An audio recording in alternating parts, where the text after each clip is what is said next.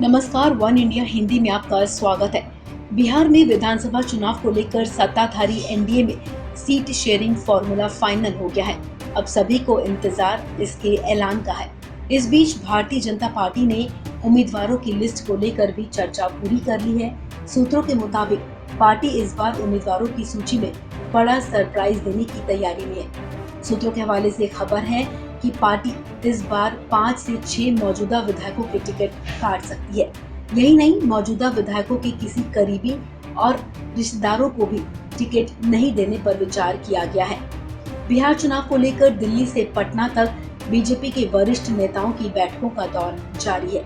हाल ही में बीजेपी केंद्रीय चुनाव समिति की भी बैठक हुई थी। इस बैठक में प्रधानमंत्री नरेंद्र मोदी भी शामिल हुए।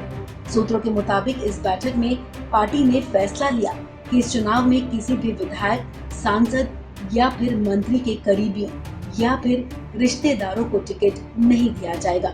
जेडीयू के साथ गठबंधन के मद्देनजर पार्टी उम्मीदवारों के चयन में एक नई रणनीति के साथ काम कर रही है। खास तौर से चिराग पासवान के बदले अंदाज से बीजेपी ये नई रणनीति अपना रही है।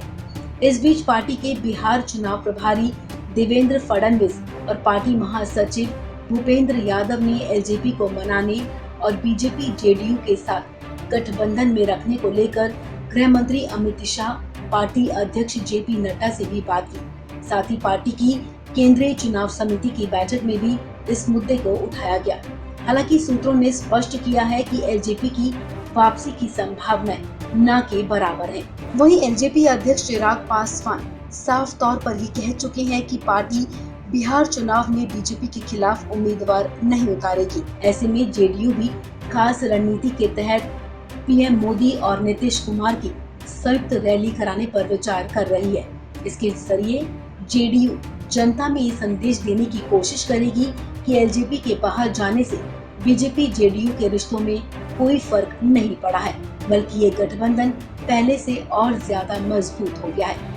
इस बीच खबर ये भी है कि बीजेपी नेताओं की बातचीत वीआईपी चीफ मुकेश सहनी से भी हुई है। सूत्रों के मुताबिक जिस तरह से जेडीयू ने जीतन राम मांझी की पार्टी हम को 7 सीटें दी हैं, इसी तरह से बीजेपी भी सहनी के साथ चर्चा कर उन्हें कुछ सीटें अपने कोटे से दे सकती है। मुकेश सहनी की पार्टी का असर कोसी, गंडक, बूढ़ी गंडक आदि नदियों वाले इलाकों में है। ऐसे में चर्चा ये है कि एलजेपी के गठबंधन से बाहर होने के बाद बीजेपी अब वीआईपी को गठबंधन में शामिल करने में जुटी हुई है। हालांकि आखिरी फैसला क्या होगा ये तो सीट बंटवारे के ऐलान के बाद ही पता चलेगा। इस खबर में फिलहाल इतना ही। तमाम अपडेट्स के लिए आप बने रहिए वन इंडिया हिंदी के साथ।